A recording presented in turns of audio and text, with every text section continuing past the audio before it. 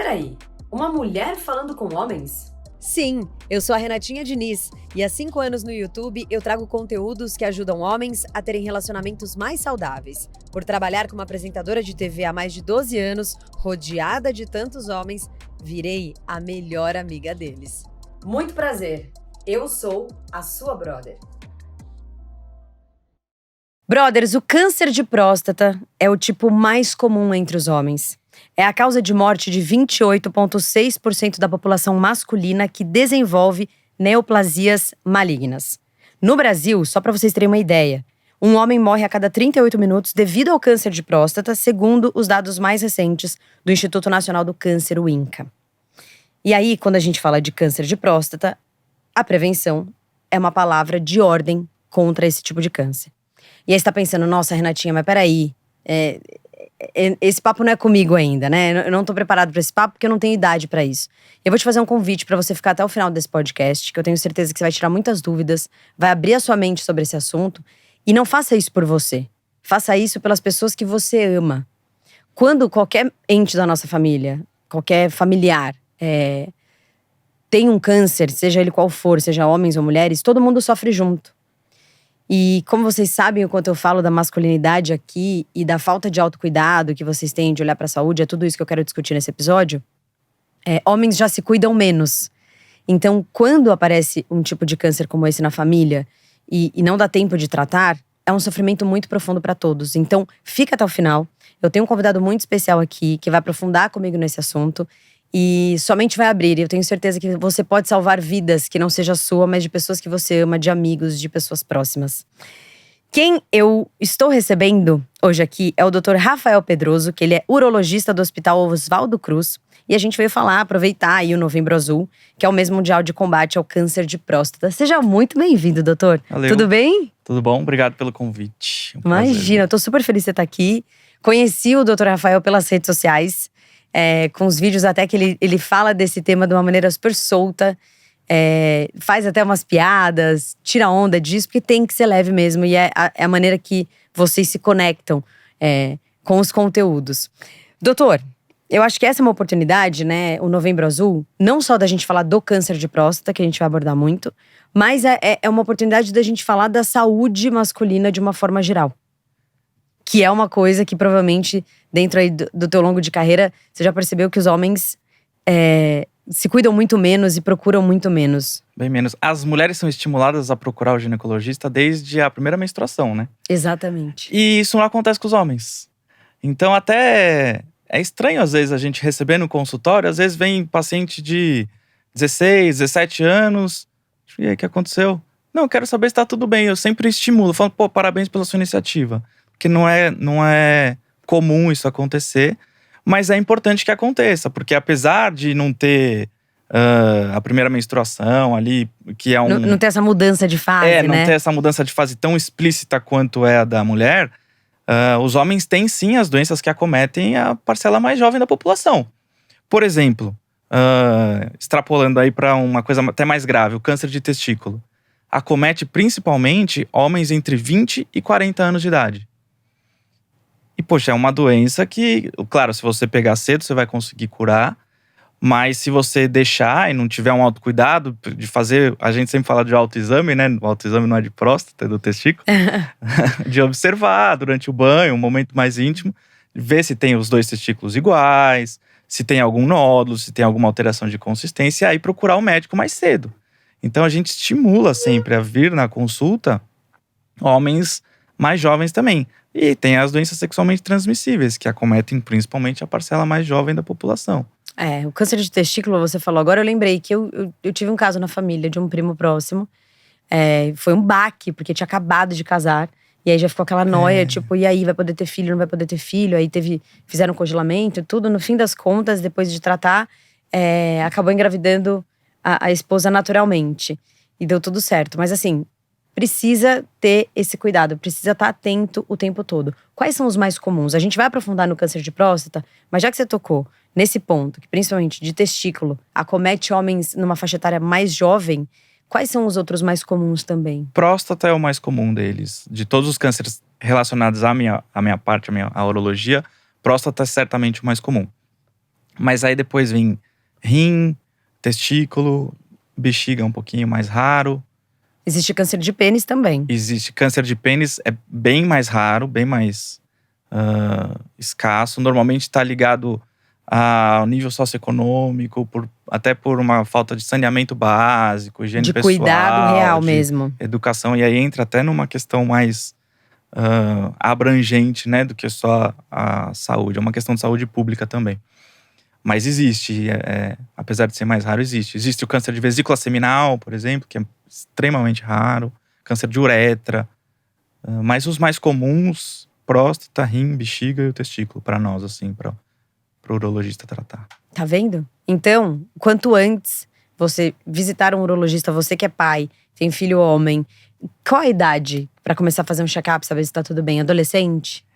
Eu gosto de falar sempre que tem que ter algum estímulo do adolescente, até para você não invadir a privacidade dele. Eu acho que é legal abordar os assuntos conforme ele for crescendo, mas você não pode invadir a privacidade deles. Ideal é orientar. Então, acho que assim, com 15, 16, quando tá começando o início da vida sexual, pensando em mudar um pouquinho o tipo de atitude que ele tem com as outras pessoas. Então, essa é uma idade legal pra começar. E tem uns que começam até bem mais cedo, né? Tem. Cada vez mais cedo, cara. Impressionante. E é engraçado, né? A gente tá fazendo esse comparativo com as mulheres. O ginecologista pra mulher… Aliás, eu sou filha de 2, né? Eu tenho pai e mãe que são ginecologistas. Olha isso, que maluco. Mas eu sei, e as conversas com as amigas giravam em torno disso. O ginecologista, ele é procurado, no caso da menina, como algo preventivo, pra você buscar informação. Então a menina vai ficar mocinha, menstruou, como é que cuida do ciclo menstrual. É mais por uma questão de autocuidado mesmo, entender essa nova fase. Quando a gente pensa, nossa, o cara precisa ir no urologista, é BO. É problema. E não necessariamente. Não necessariamente.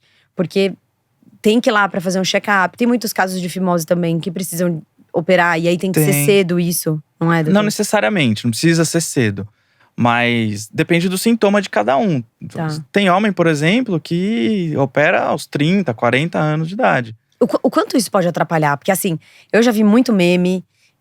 E conversa entre as mulheres também, né? Do cara não cuidar disso, não olhar pra isso. O quanto, por exemplo, a fimose pode atrapalhar?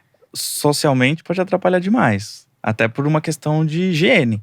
Porque fica muito mais fácil fazer a higiene pessoal sem a pele ali em cima. A fimose é quando a gente não consegue expor a glande, a cabeça do pênis. Que a pele cobre e a gente não consegue baixar o suficiente.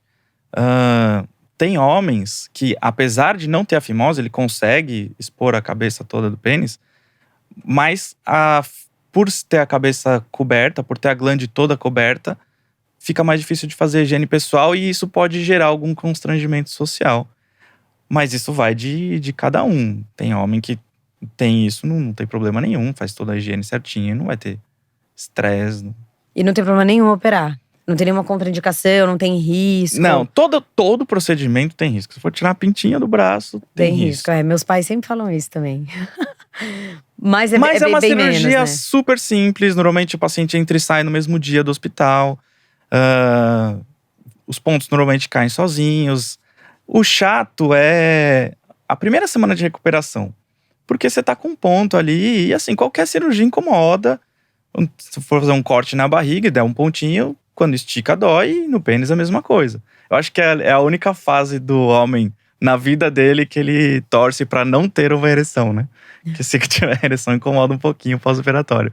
Mas é um processo de recuperação relativamente rápido e que dá uma qualidade de vida muito grande depois, né? Principalmente pra ter relação. Homem que tem fimose mesmo, às vezes sente muita dor pra ter relação, sangra. E aí, essas são indicações clássicas, assim, da cirurgia. Aconteceu isso, tem que operar. É isso. Bom, brother, já ficou a dica aí, né? Se você se sente constrangido… Porque às vezes muitos passam por isso, mas nunca buscaram informação. Nunca tiveram coragem de marcar uma consulta pra resolver esse problema. E, cara, ele acabou de falar, é tão simples.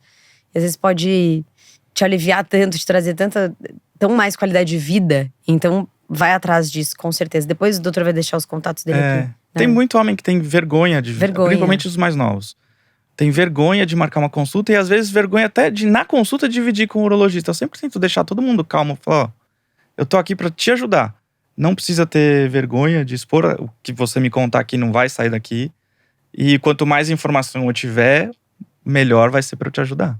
É isso, brother. Ele é especialista, entendeu? Não tem por que você ficar com vergonha. E outra, é o que eu sempre falo, isso em todas as áreas, né? Bati muito nos últimos episódios falando da questão da saúde mental, que você não vai ser menos homem por buscar ajuda de um acompanhamento psicológico ou algo desse tipo. Você não vai ser menos homem, na verdade, você vai ser muito mais homem por estar se cuidando, entende? Você vai estar realmente valorizando a tua vida, a tua saúde. Então, tira. Vamos quebrar tabus aqui no episódio de hoje. Doutor Rafael, voltando pra próstata Bora. e para o câncer de próstata, o que é a próstata? Tem muita gente que não sabe. Ela tem uma função, o que ela Verdade. faz? Conta. A próstata é um órgão que fica embaixo da bexiga, abraçando a uretra. Ela serve para produzir um líquido que banha o sêmen.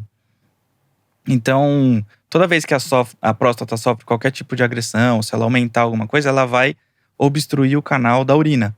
Então, por isso que em aumento, principalmente no aumento benigno da próstata, o homem acaba sentindo dificuldade, algum grau de dificuldade para urinar.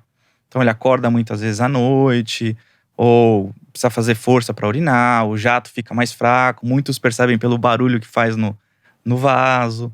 Às vezes sobra urina dentro da bexiga. Esses são sinais de aumento de próstata. Isso tem relação com câncer de próstata? Não necessariamente. Porque você falou que nesse caso pode ser o aumento benigno. É um aumento benigno da próstata, que é muito mais comum do que o câncer de próstata. E uma coisa extremamente importante a gente falar é que homens que têm o aumento benigno da próstata, que a gente chama de hiperplasia prostática benigna, não tem uma maior probabilidade de desenvolver câncer de próstata em relação ao restante da população. Caraca, e por que acontece esse aumento benigno? Todo homem vai sofrer o aumento do volume da próstata com o passar dos anos.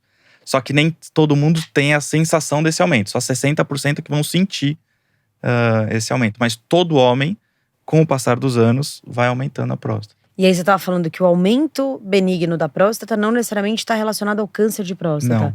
Não. Explica melhor isso, pra gente poder entender. Por exemplo, esses sintomas que você já falou que podem acontecer. Você falou, esses sintomas, eles têm a ver com câncer de próstata? Não necessariamente, né? Não. E aí tá uma das grandes importâncias da gente fazer o exame de rotina. Porque o câncer de próstata, muitas vezes, na maioria das vezes, ele não dá sintomas. A gente vai suspeitar que tem alguma coisa errada justamente pelos exames de rotina. O aumento benigno da próstata, não, ele dá sintomas. Que são esses que eu acabei de falar. Vai ter alguma dificuldade para urinar em algum momento. Normalmente, após os 40, 45 anos de idade. Mas, quem tem esse aumento tem chance igual de ter câncer de próstata em relação ao resto da população. Tá. E aí, existem sintomas pro câncer de próstata? Ou não necessariamente? Não necessariamente. O câncer de próstata, quando ele dá sintomas, já pode ser um sinal de doença avançada. Por exemplo, se o câncer de próstata estiver fora da próstata, se tiver acometido outros órgãos à distância, então pode dar metástase para ossos, por exemplo. Então o paciente tem dor óssea. Cara, se começou a ter sintoma,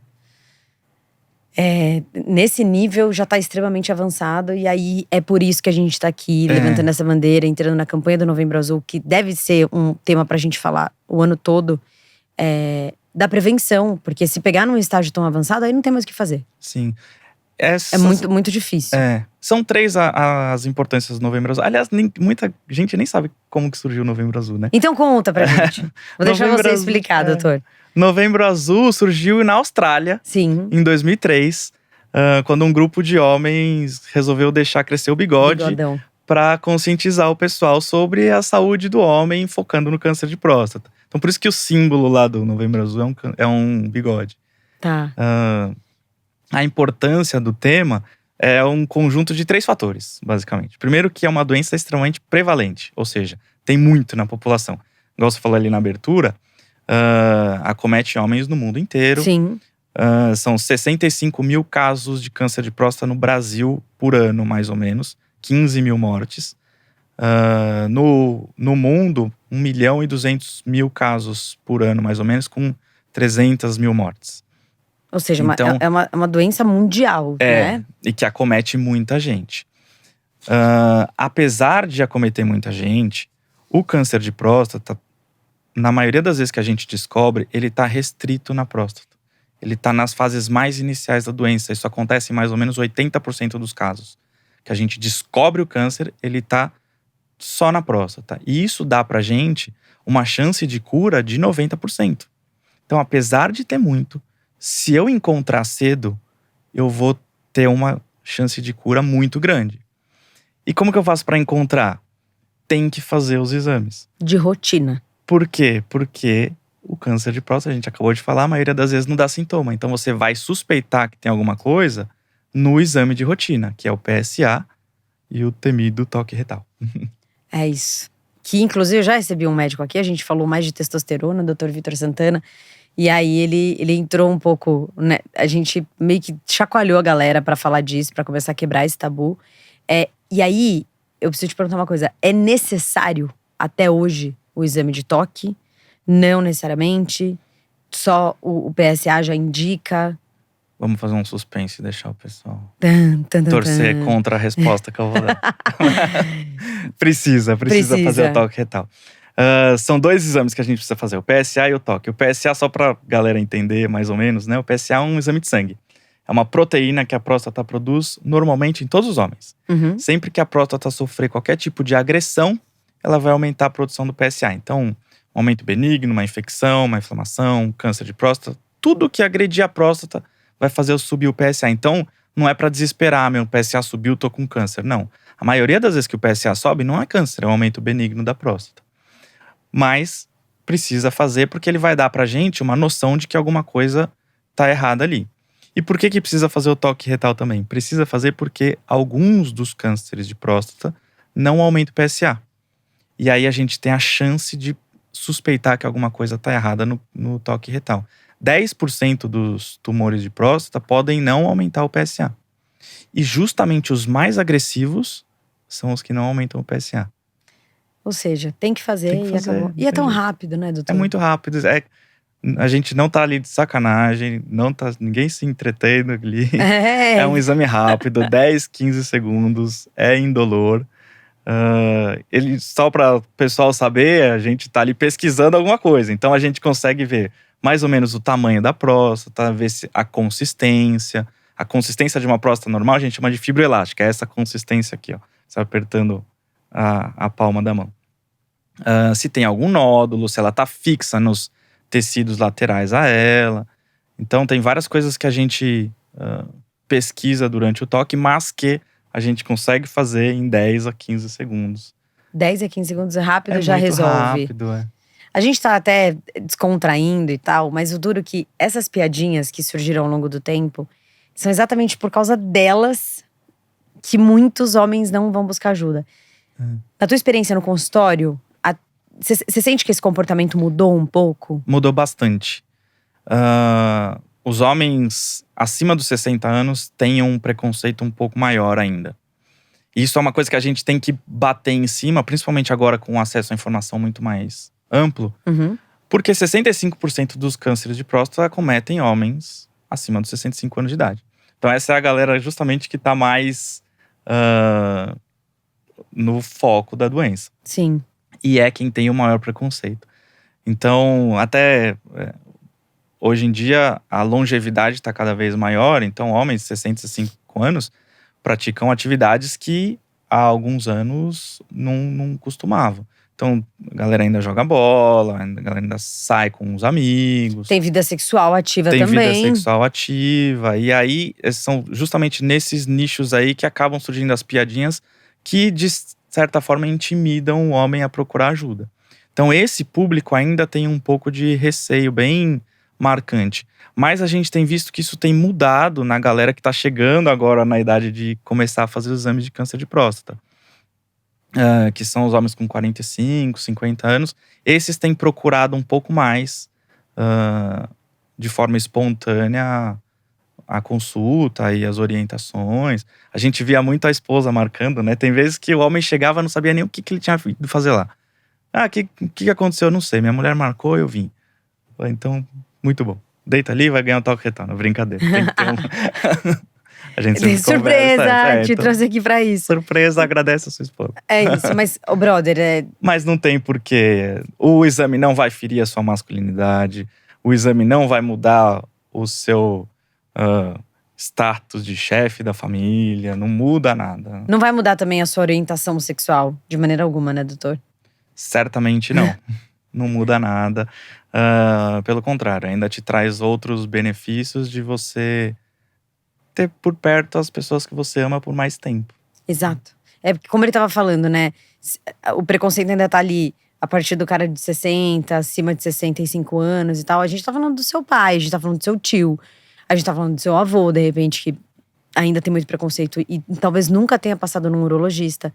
Então, fica aqui esse super alerta. E eu sei que tem muitos brothers que me acompanham, que a minha faixa etária é um pouco mais alta, assim. Então, existem brothers de 25 a 30, mas o grosso mesmo é a galera acima de 30 até 45.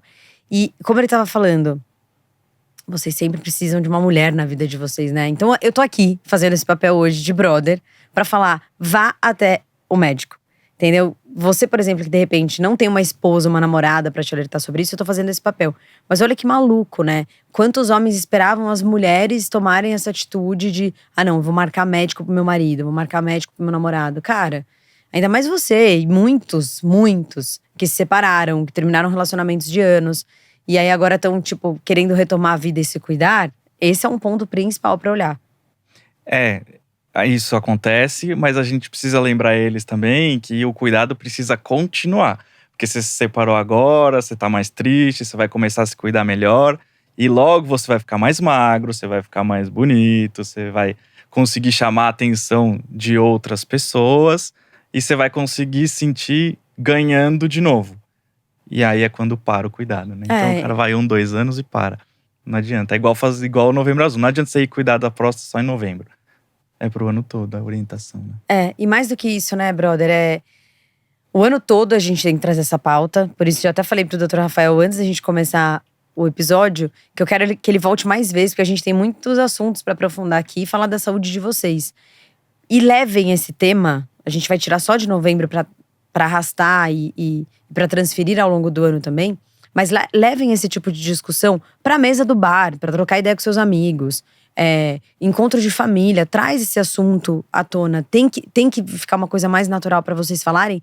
E assim, esses tabus eles só vão ser quebrados. Tudo bem, eu tô aqui falando, eu sei quanto vocês confiam em mim. O Dr. Rafael tá aqui, a gente faz esse baita trabalho de conscientização. Mas assim, esse tabu ele só vai quebrar de fato quando vocês conversarem entre vocês. Então, você que tá me assistindo, seja você, eu sempre falo, a ferramenta de transformação do teu ambiente. No teu grupo de amigos, ou até mesmo no WhatsApp, né? Os grupos de WhatsApp, tipo, só compartilha besteira, meme, piada. Cara, compartilha, e se alguém te zoar, dane-se. Tipo, foda-se seu amigo que tá zoando, entendeu? Você tá fazendo a sua parte, e isso é muito importante. E a gente sair só dessa coisa da campanha do…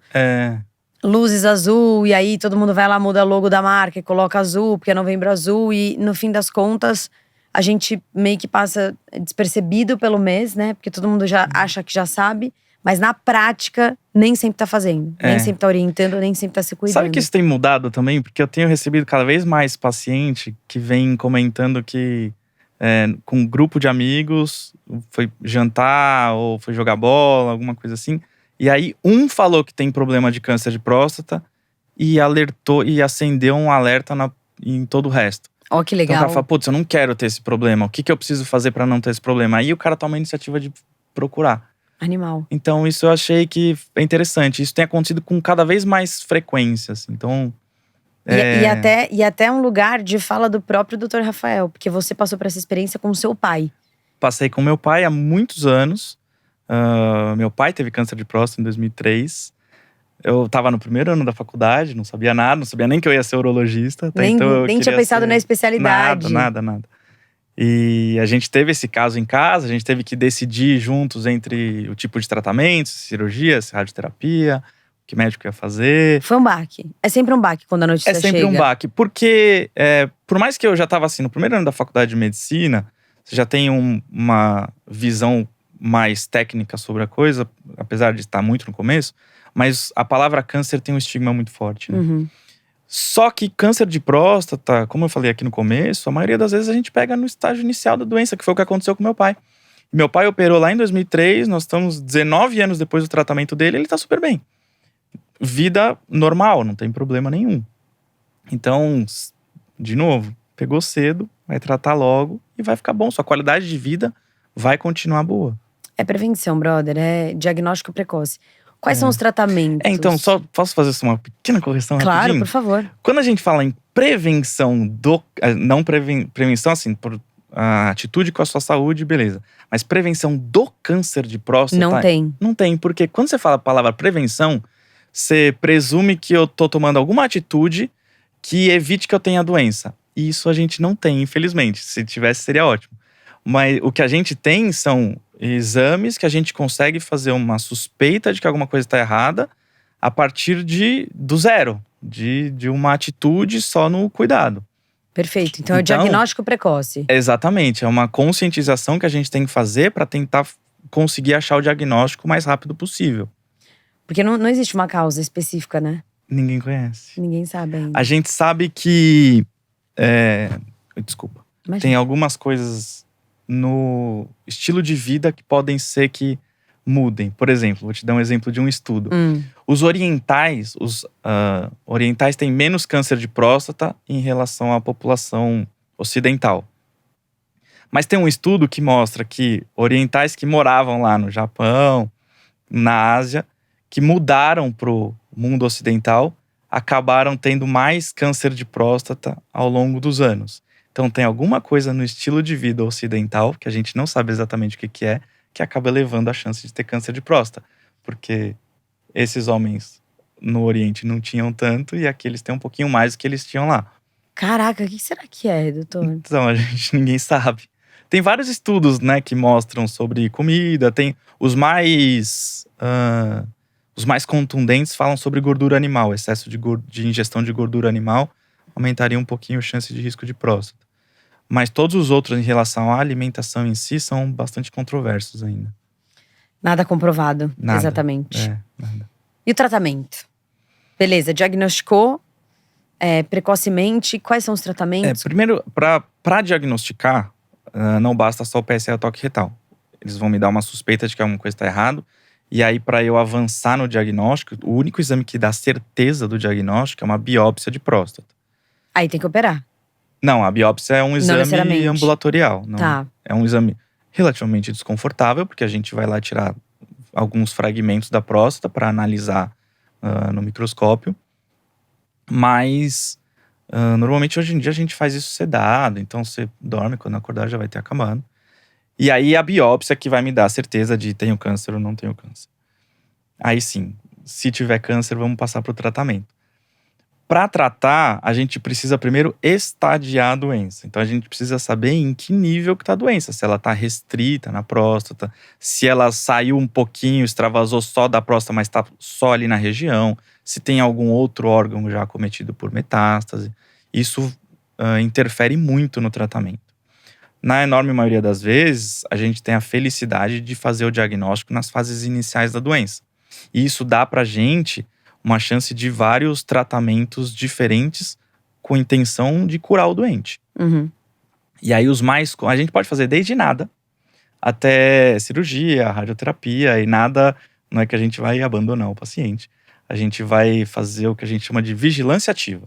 Então você vai ficar em cima observando periodicamente com exames, seja o PSA, o toque retal e eventualmente algumas novas biópsias, para ver se a doença avançou de alguma forma.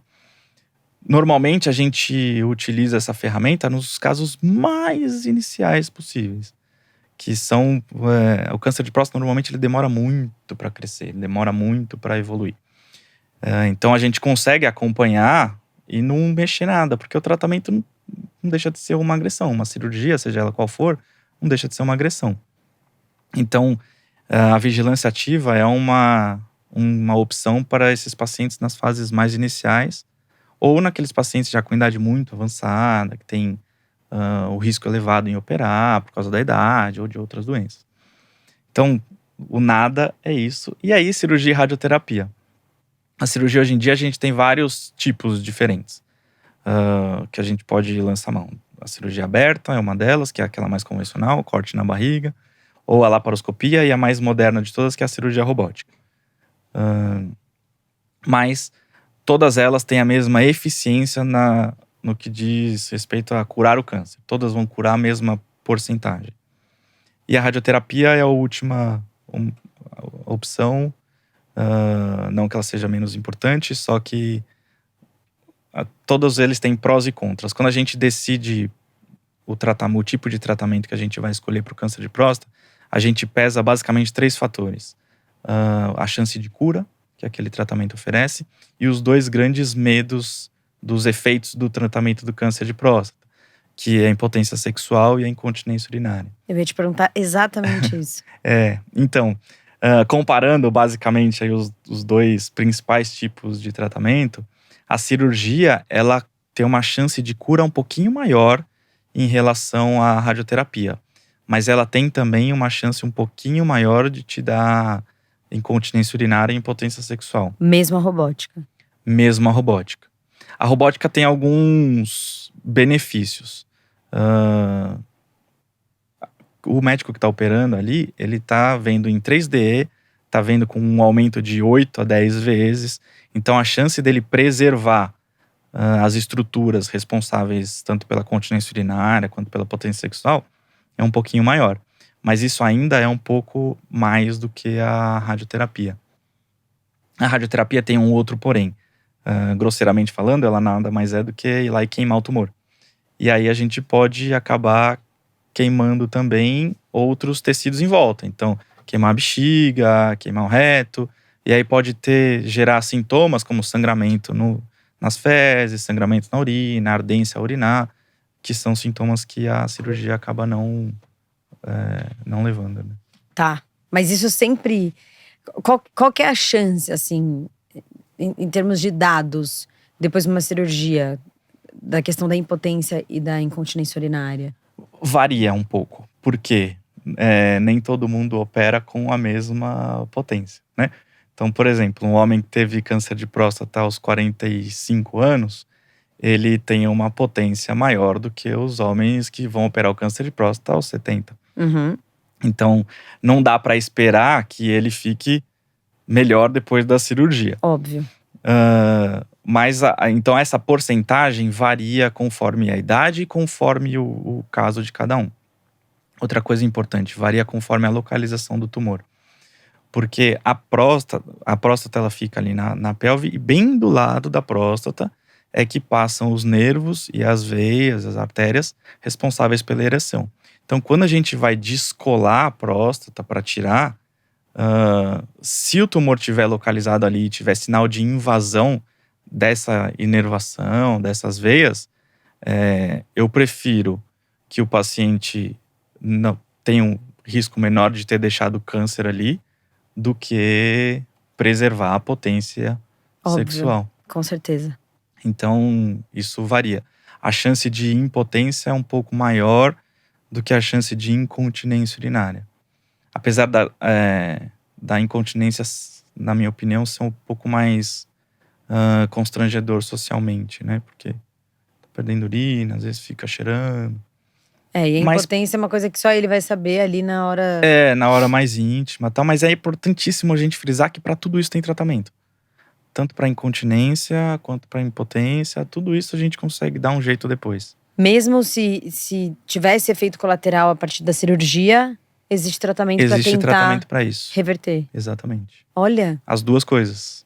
Que bom. Tanto tratamentos clínicos, como fisioterapia, remédio, quanto cirúrgico. Boa.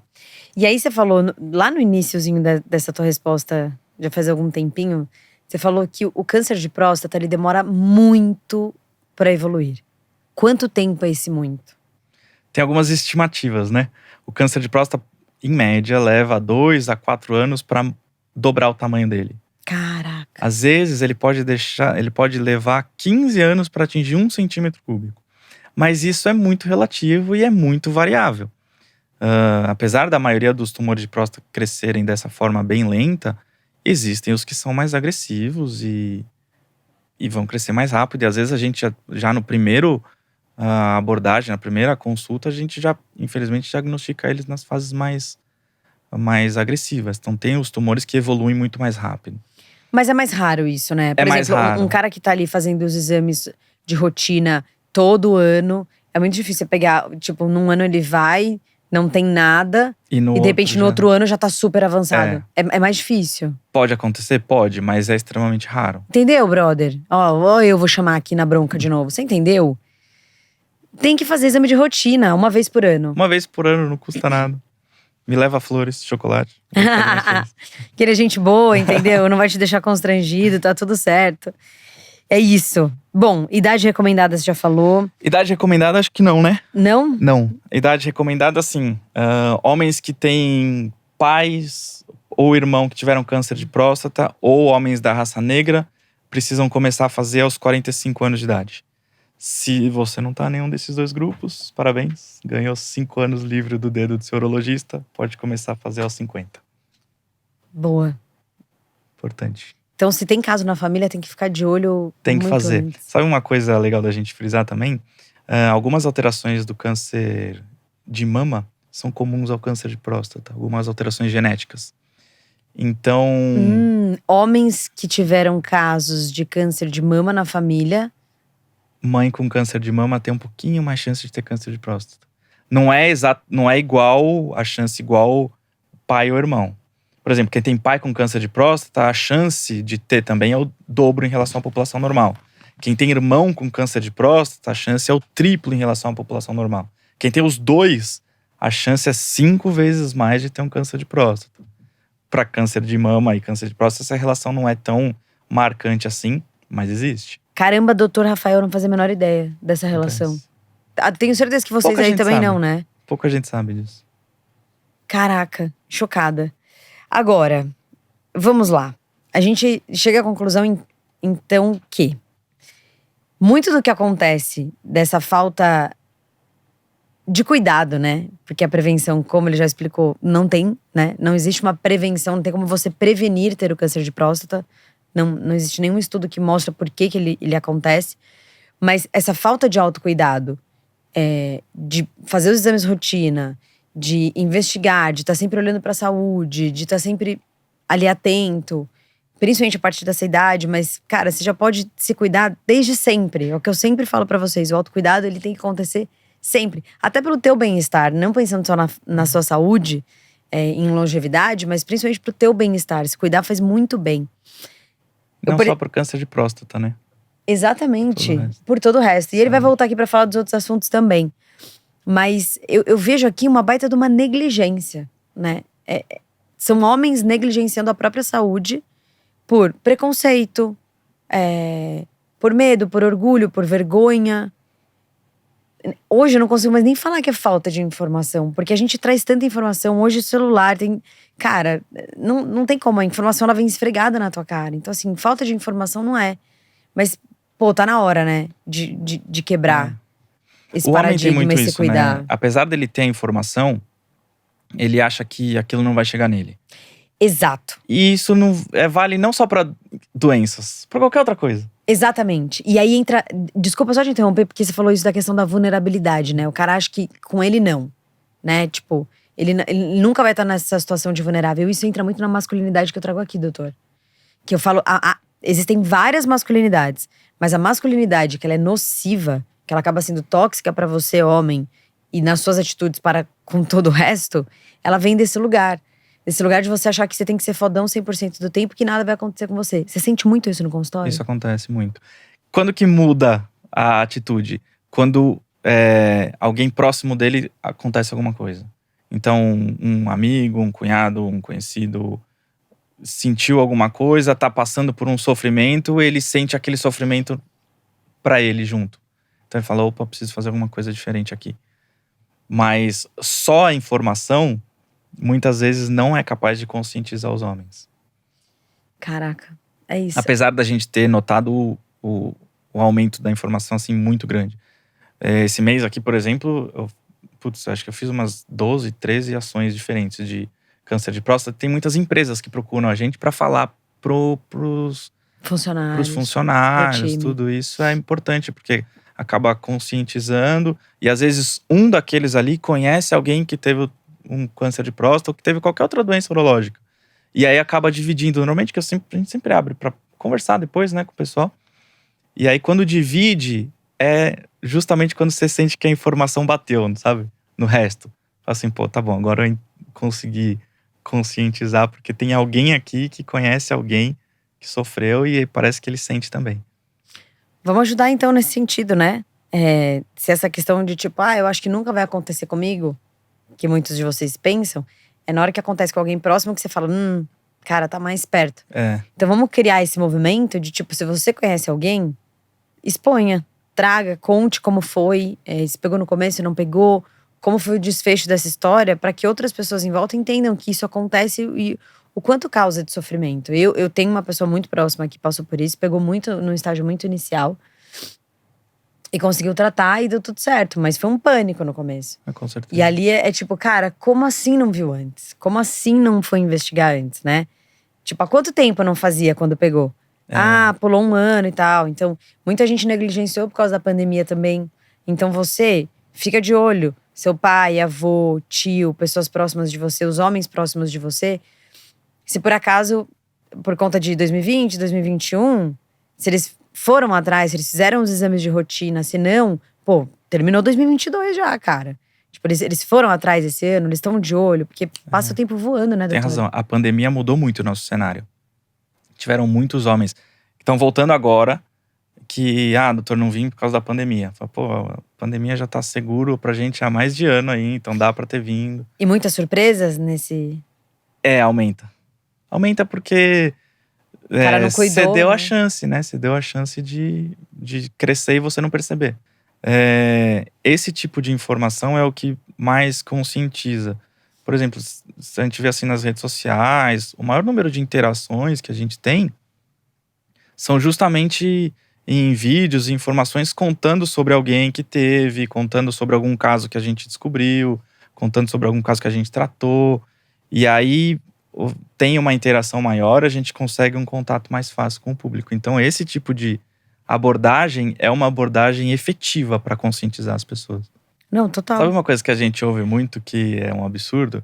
Eu prefiro morrer de câncer de próstata do que perder a potência. É um absurdo, mas a gente já ouviu isso. Você já ouviu? Já ouviu. E pra mim, sabe como chama isso? Egoísmo. É egoísmo. Porque o cara fala isso da boca pra fora, né? Eu prefiro morrer de câncer de próstata do que perder a potência. E aí, cara, que na hora que a doença te acomete e você chega num momento de tratamento, porque o tratamento do câncer é muito doloroso, ainda mais quando num estágio super avançado. Todo mundo que tá em volta sofre. As pessoas que te amam sofrem. E talvez às vezes sofrem mais do que você. Porque elas falam, por que eu não pude fazer alguma coisa? E na verdade a única pessoa que tem controle que pode fazer alguma coisa é você mesmo se cuidando. Então assim, não seja egoísta nesse ponto, né? Porque todo mundo ao seu redor, as pessoas que você ama, as pessoas que te amam, elas vão sofrer talvez na mesma intensidade ou mais. Posso te dar um exemplo legal? Tem um conhecido do meu pai, que uma conversa assim em casa, quando meu pai contou que eu sou urologista e tal, ele me contou a experiência dele. E ele teve câncer de próstata, ele operou, ele ficou impotente totalmente. E aí ele fez uma cirurgia de prótese peniana para corrigir a impotência sexual. E ele fala que o relacionamento dele melhorou absurdamente depois disso. Então, mostra para as pessoas que dá para você ter qualidade de vida mesmo sofrendo esse risco. Não, e é muito legal, doutor, porque as histórias conectam, né? E aí tô lembrando de um detalhe dessa história que eu vivi também. Gostaria muito de falar, mas eu não pedi permissão, não posso expor a pessoa aqui. Mas quando vê esse diagnóstico, surgem milhões de perguntas. Causa um pânico meio que geral. Porque as pessoas têm mania de fazer o quê? Doutor Google, vamos lá. Entra no Google, só pega, tipo, os piores cenários. E, como ele falou, depende muito do estágio, da onde tá, como tá, qual a idade, o histórico. Existe uma série de fatores. E aí as pessoas já entraram em pânico, tipo, o que vai acontecer agora? Pelo que eu vi, vai acontecer isso. E no fim, não aconteceu nada. O cenário foi o mais positivo possível. Então, de repente, se você tá passando por isso, era isso que eu queria dizer. Se você tá do outro lado passando por isso com alguém próximo e você tá nesse desespero, nessa angústia, até você quer dar suporte e conforto pra quem você ama que tá nessa situação, não necessariamente precisa ser o pior cenário, entende? O médico, ele sempre vai ter que falar tudo que pode acontecer. Isso faz parte, né? Eu falo pros meus pais, mas precisa contar tudo? Não, precisa, porque se acontecer depois, mas o médico não me avisou. Eles sempre vão dar o cenário e vão ser realistas das possibilidades. Mas assim, não precisa já decretar que tipo, nossa, então acabou minha vida sexual. Ele acabou de contar que não, né? Existem vários outros caminhos pra reverter as situações, pra tratar, pra cuidar. E o mais importante é a tua vida, né? É a vida de quem você ama. Então, conseguindo preservar a vida, o resto a gente corre atrás e hoje a tecnologia tá aí pra ajudar nisso. Primeiro que antecipar um sofrimento, seja ele qual for, nunca foi benéfico, né? Porque se não acontecer, você sofreu à toa. E se acontecer, você ter sofrido antes, não mudou nada no desfecho. Mas uma coisa que eu tenho notado, e aí pode ser só uma viagem da minha cabeça, mas é que a forma como o paciente encara o problema e a atitude mental de cada pessoa altera o curso da doença, do tratamento, da recuperação. A gente nota, assim, os pacientes que entram na cirurgia mais confiantes. Não, doutor, vou ficar bom, confio em você, vamos lá. Bola pra frente. Você tá falando isso. A pessoa recupera mais rápido, vai embora mais rápido do hospital. Parece que sente menos dor no pós-operatório. Diminui o número de complicações. Tem como provar isso cientificamente? Infelizmente ainda não. Mas esse tipo de pensamento, eu acredito que o pensamento pode mudar alguma coisa no desfecho ali, na continuidade do seu problema. Total. A gente acredita muito nisso, né? Eu falo todo episódio. É a força do pensamento, é como você encara as situações. Então, pegou um diagnóstico, fique positivo. Seja com você ou com qualquer pessoa da sua família, dê força, esteja ali. E entenda que, ao contrário da época do seu pai, lá, 2003, hoje o que a gente já tem disponível na medicina é um absurdo, assim. Mudou muito. A cirurgia robótica já é um baita de um avanço. É isso. A mente produz o resultado que você antecipa, que você quer. Se você ficar antecipando aquele sofrimento, até tem alguns estudos com, assim, estatisticamente significativos que mostram algumas coisas sobre o poder da mente. Até de produção de hormônio. Porque, por exemplo, quando você está em sofrimento, quando você está em ansiedade, você produz alguns tipos de hormônios. Quando você está em paz, sentindo amor próprio, amor pelas outras pessoas, gratidão, você produz outro tipo de hormônio. Total. E isso interfere na forma como o seu organismo vai lidar com um problema físico. Isso tem estudo real. E tem um documentário que eu adoro, inclusive, que ele tá sempre sendo perseguido e a gente nunca sabe onde ele vai estar disponível. Chama Rio, que é de cura. Não sei se você chegou a ver. Cheguei. Você viu que no comecinho tem um médico, ele não é médico, um cara que chama Joe Dispenza. Ele é maravilhoso. Eu li todos os livros dele. Ele é maravilhoso. Aliás, isso que eu falei pra você, esse estudo que eu te falei, tá no livro dele. É um livro que chama Como se tornar sobrenatural. Esse livro mudou minha vida.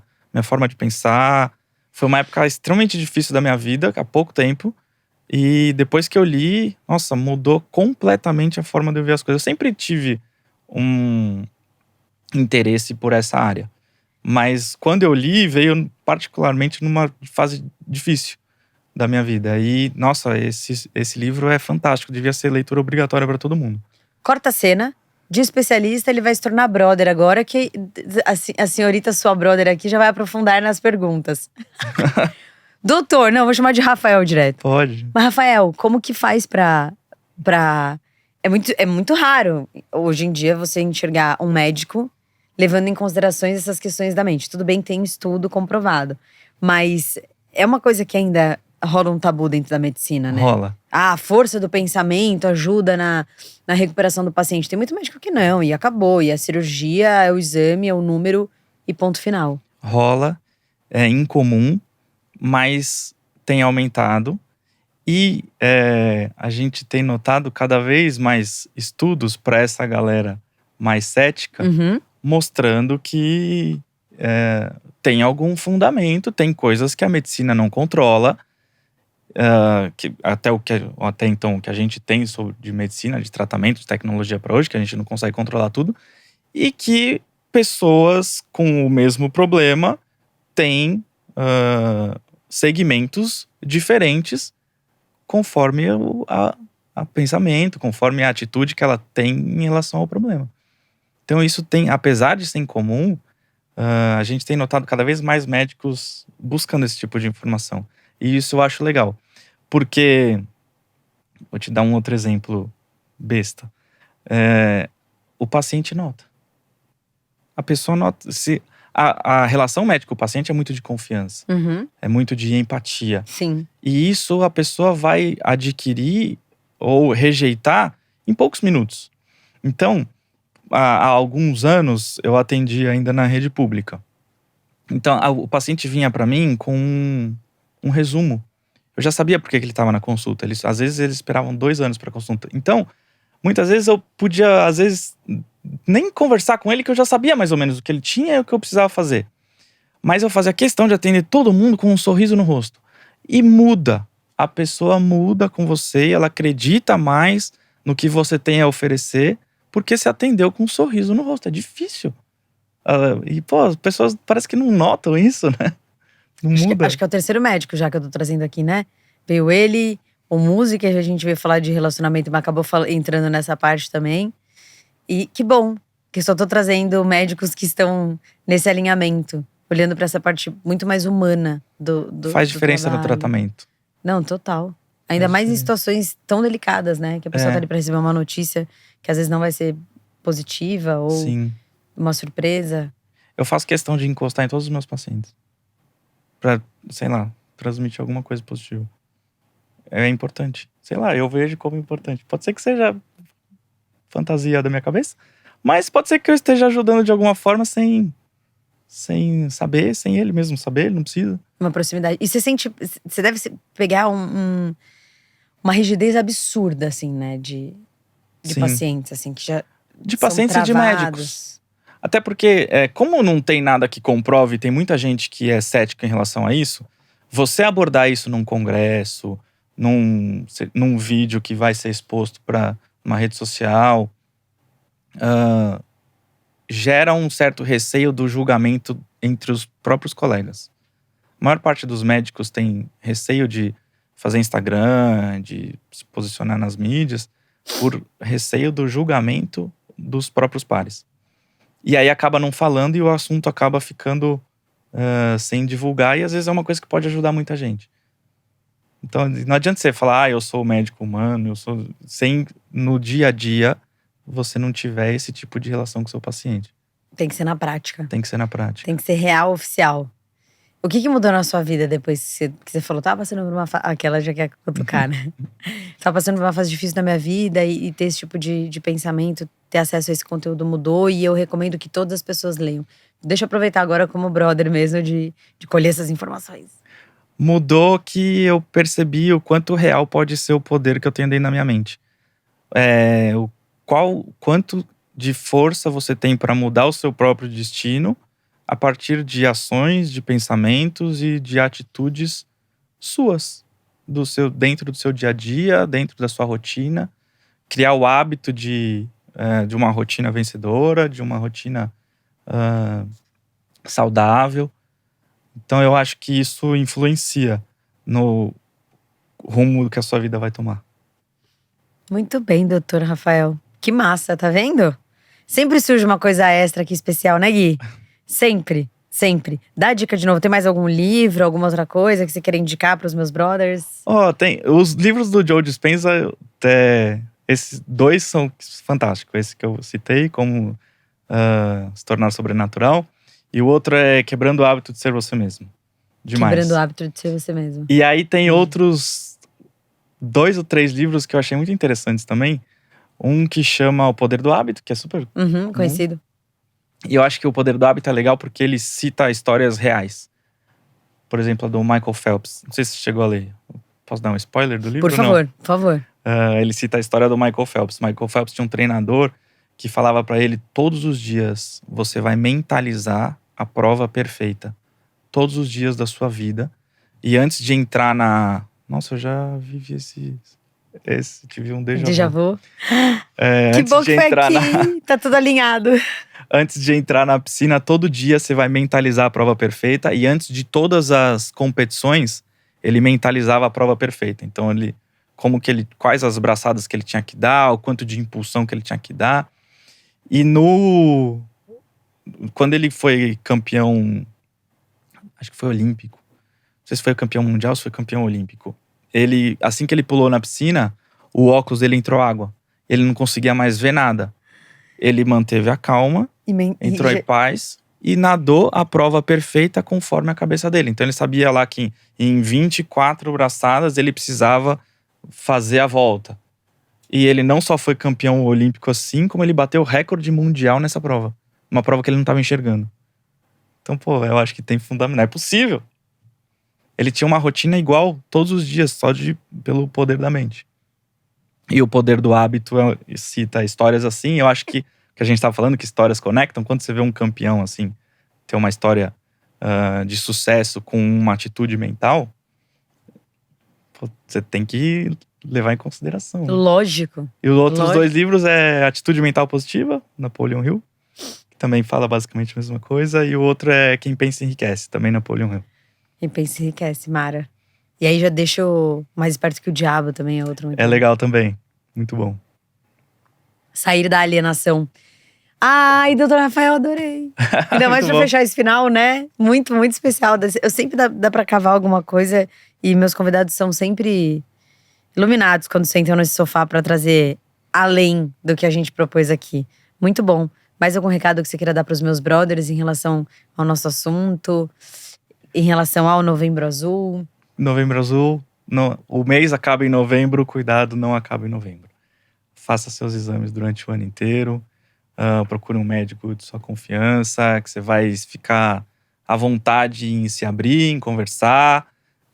E não deixa de fazer, não só por você, mas pelos que você ama, que estão torcendo aí pela sua saúde, está tudo em dia. Exatamente. Então, com certeza depois desse papo aí de quase uma hora, você já tá sentindo bastante confiança no Dr. Rafael. Então passa os seus contatos, deixa Instagram, tudo, consultório, o que você puder passar, que eles possam te procurar. Meu consultório fica aqui na Cincinato Braga, na Avenida Paulista, pertinho. Aqui em São Paulo, brother. Se São for Paulo, de fora de São Paulo, venha pra cá. Aqui em São Paulo. Mas pelo Instagram, pode me achar, doutor.rafapedroso, com PH. TikTok também, pode ir lá. Pedroso com S. Com S. Pedroso com S, tá? Doutor.rafa, com PH, Pedroso, tá com aí S, na tela tudo pra junto. vocês. E se quiser ficar à vontade lá e mandar dúvidas, eu respondo todas por ali também. E deixa aqui nos comentários. No começo eu nem pedi pra vocês se inscreverem no canal, pra vocês compartilharem. Falhei aqui. O assunto pra mim era tão importante que eu já fui direto nele. Mas se inscreva no canal, deixa no seu comentário quais outros assuntos sobre a saúde do homem, né, que um urologista como o Dr. Rafael consegue responder para ele voltar aqui para tirar essas dúvidas. Eu já dei algumas dicas, alguns spoilers do que eu gostaria de falar, que é DST, disfunção erétil e por aí vai. Tem muitas outras, né? Tem muita coisa para falar. O que mais que é tão comum assim no consultório? Varicocele acontece, questões de infertilidade podem acontecer também. Porque muito acontece na infertilidade da mulher ficar se trabalhando, se cuidando durante muito, muito tempo. E na verdade o problema não está nela, né? Pode o problema tá vindo do homem. E cálculo renal, né? Pedra no rim, acho que é o que a gente mais opera. É o que eu mais gosto de fazer. Tenho na família inteira, dos dois lados. Sua família é uma mina de ouro, então. Vamos estudar, é sobre isso. Muito bom, doutor. Fiquei muito feliz de receber. Então deixa aqui nos comentários, brothers. Eu quero saber quais assuntos mais vocês querem que eu traga. Compartilhe com aquele brother que precisa ouvir e saber todo esse conteúdo que a gente abordou aqui. Se você está me ouvindo pelas plataformas de áudio, principalmente Spotify, siga o nosso perfil, avalie aí com 5 estrelinhas, porque daí esse conteúdo que é tão relevante vai chegar em mais homens que também precisam dele. Combinado? Eu sou sua brother, sua amiga e irmã, tô sempre aqui pra te ajudar. Rafa, obrigada mais uma vez. Obrigado. Semana que vem tem mais. Beijo, até o próximo, tchau.